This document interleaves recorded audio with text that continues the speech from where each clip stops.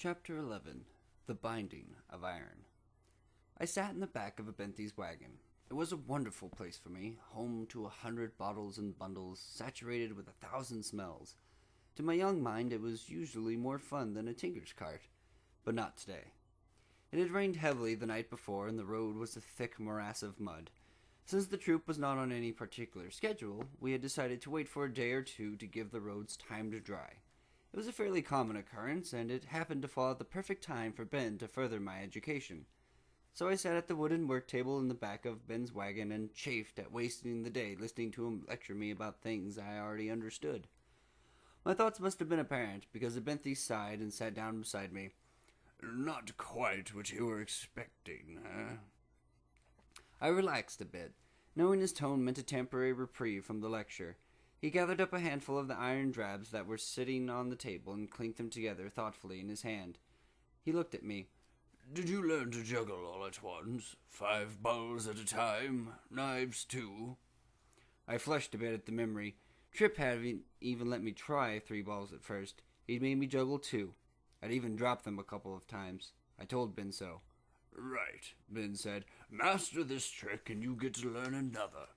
I expected him to stand up and start back into the lesson, but he didn't. Instead, he held out a handful of iron drabs. "What do you know about these?" He clattered them together in his hand. "In what respect?" I asked. "Physically, chemically, historically?" "Historically," he grinned. "Astound me with your grasp of historical minutiae, Lear." I had asked him what a leer meant once. He claimed it meant wise one, but I had my doubts from the way his mouth had quirked when he said it. A long time ago, the people who... "How long ago?" I frowned at him in mock severity. Roughly 2,000 years ago, the nomadic folk who roamed the foothills around the Shalda Mountains were brought together under one chieftain. "What was his name?" Heldred. His sons were Heldum and Heldar. Would you like his entire lineage, or should I get to the point? I glowered at him. "Sorry, sir." Ben sat upright in his seat and assumed such an aspect of rapt attention that we both broke into grins. I started again. Heldred eventually controlled the foothills around the Shalda. This meant that he controlled the mountains themselves. They started to plant crops, their nomadic lifestyle was abandoned, and they slowly began to... "Get to the point?" Abinthy asked. He tossed the drabs onto the table in front of me. I ignored him as best I could. They controlled the only plentiful and easily accessible source of metal for a great distance, and soon they were the most skilled workers of those metals as well. They exploited this advantage and gained a great deal of wealth and power. Until this point, barter was the most common method of trade. Some larger cities coined their own currency, but outside those cities the money was only worth the weight of the metal. Bars of metal were better for bartering, but full bars of metal were inconvenient to carry. Ben gave me his best bored student face. The effect was only slightly inhibited by the fact that he had burned his eyebrows off again about 2 days ago. "You're not going into the merits of representational currency, are you?" I took a deep breath and resolved not to pester Ben so much when he was lecturing me. The no longer nomads, called the Keldum by now, were the first to establish a standardized currency. By cutting one of these smaller bars into 5 pieces, you get 5 drabs. I began to piece 2 rows of 5 drabs each together to illustrate my point. They resembled little ingots of metal. 10 drabs are the same as a copper jot. 10 jots... "Good enough," Ben broke in, startling me. "So these 2 drabs," He held a pair out for my inspection. "could have come from the same bar, right?" Actually, they probably cast them individually. I trailed off under a glare. Sure. "So there's something still connecting them, right?" He gave me that look again. I didn't really agree, but knew better than to interrupt. Right. He set them both on the table. "So when you move one, the other should move, right?" I agreed for the sake of argument, then reached out to move one, but Ben stopped my hand, shaking his head. "You've got to remind them first. You've got to convince them, in fact."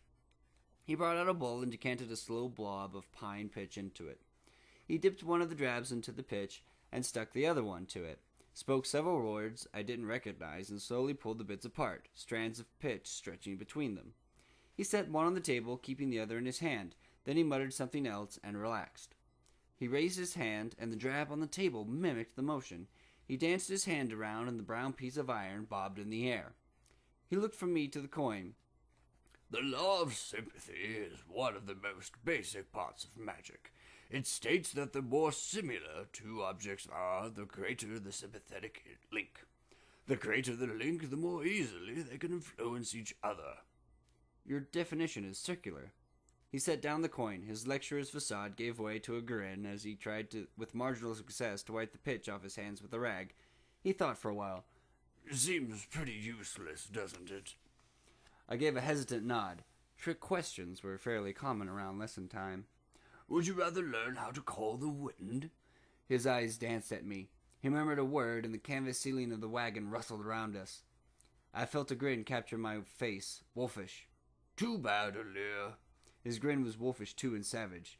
You need to learn your letters before you can write. You need to learn the fingerings on the strings before you can play and sing. He pulled out a piece of paper and jotted a couple of words on it. The trick is in holding the alar firm in your mind. You need to believe they are connected. You need to know they are. He handed me the paper. Here's the phonetic pronunciation. It's called the sympathetic binding of parallel motion. Practice. He looked even more lupine than before, old and grizzled with no eyebrows. He left to wash his hands. I cleared my mind using Heart of Stone. Soon I was floating on a sea of dispassionate calm. I stuck the two bits of metal together with pine pitch. I fixed in my mind the alar, the writing crop belief, that the two drabs were connected. I said the words, pulled the coins apart, and spoke the last word, and waited. No rush of power, no flash of hot or cold, no radiant beam of light struck me. I was rather disappointed, at least as disappointed as I could be in the Heart of Stone. I lifted the coin in my hand, and the coin on the table lifted itself in a similar fashion. It was magic, there was no doubt about that, but I felt rather underwhelmed. I had been expecting... I don't know what I'd been expecting. It wasn't this. The rest of that day was spent experimenting with the simple, sympathetic binding Abinthia taught me. I learned that almost anything could be bound together. An iron drab and a silver talent, a stone and a piece of fruit, 2 bricks, a clod of earth, and one of the donkeys. It took me about 2 hours to figure out that the pine pitch wasn't necessary. When I asked him, Ben admitted that it was merely an aid for concentration. I think he was surprised that I figured it out without being told. Let me sum up sympathy very quickly, since you will probably never need to have anything other than a rough comprehension of how these things work. First, energy cannot be created or destroyed. When you are lifting one drab and the other rises off the table, the one in your hand feels as heavy as if you're lifting both, because in fact, you are. That's in theory. In practice, it feels like you're lifting 3 drabs. No sympathetic link is perfect. The more dissimilar the items, the more energy is lost. Think of it as a leaky aqueduct leading to a water wheel. A good sympathetic link has very few leaks, and most of the energy is used. A bad link is full of holes. Very little of the effort you put into it goes toward what you want it to do.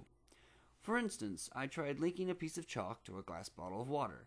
There is very little similarity between the two, so even though the bottle of water might have weighed 2 pounds, when I tried to lift the chalk, it felt like 60 pounds. The best link I found was a tree branch I had broken in half. After I understood this little piece of sympathy, Ben taught me others. A dozen sympathetic bindings. 100 little tricks for channeling power. Each of them was a different word and a vast vocabulary I was just beginning to speak. Quite often it was tedious, and I'm not telling you the half of it. Ben continued giving me a smattering of lessons in other areas, history, arithmetic, and chemistry, but I grabbed at whatever he could teach me about sympathy. He doled out his secrets sparingly, making me prove I had mastered one before giving another. But I seemed to have a knack for it above and beyond my natural penchant for absorbing knowledge, so there was never too long to wait. I don't mean to imply that the road was always smooth. The same curiosity that made me such an eager student also led me into trouble with fair regularity. One evening, as I was building up my parents' cook fire, my mother caught me chanting a rhyme I had heard the day before. Not knowing that she was behind me, she overheard as I knocked one stick of firewood against another and absent-mindedly recited, 7 things his lady Lackless keeps them underneath her black dress. 1 a ring that's not for wearing, 1 a sharp word, not for swearing. Right beside her husband's candle, there's a door without a handle. In a box, no lid or locks, Lackless keeps her husband's rocks.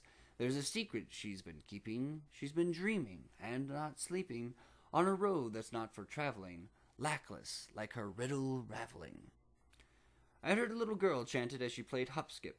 I'd only heard it twice, but it had stuck in my head. It was memorable, as most child rhymes are. But my mother heard me and came over to stand by the fire. "What were you just saying, sweet?" Her tone wasn't angry, but I could tell she wasn't pleased either.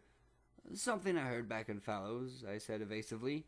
Running off with town children was largely forbidden activity. "Distrust turns quickly to dislike," my father told new members of our troop, "so stay together when you're in town and be polite." I laid some heavier sticks on the fire and let the flames lick them. My mother was silent for a while, and I was beginning to hope she would leave it alone, when she said, "It's not a nice thing to be singing. Have you stopped to think what it's about?" I hadn't, actually. It seemed mostly nonsense rhyme, but when I ran it back through my head, I saw the rather obvious sexual innuendo. "I do. I didn't think about it before." Her expression grew a little gentler, and she reached down to smooth my hair. "Always think about what you're singing, honey." I seemed to be out of trouble, but I couldn't keep from asking, "How is it any different than parts of For All Is Waiting? Like when Fane asked Lady Periel about her hat. I heard about it from so many men I wished to see it for myself and try the fit." It's pretty obvious what he's really talking about. I watched her mouth grow firm, not angry, but not pleased. Then something in her face changed.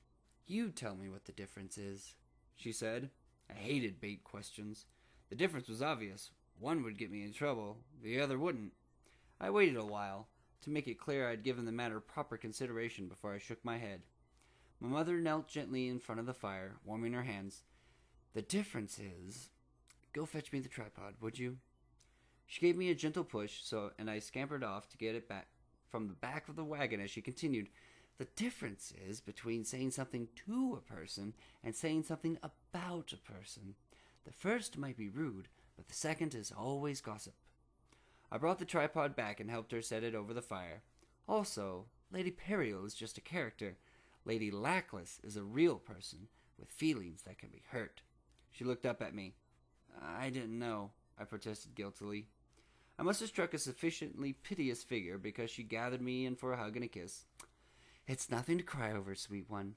Just remember to always think about what you're doing." She ran her hand over my head and smiled like the sun. "I imagine you could make it up to both Lady Lackless and myself if you found some sweet nettle for the pot tonight."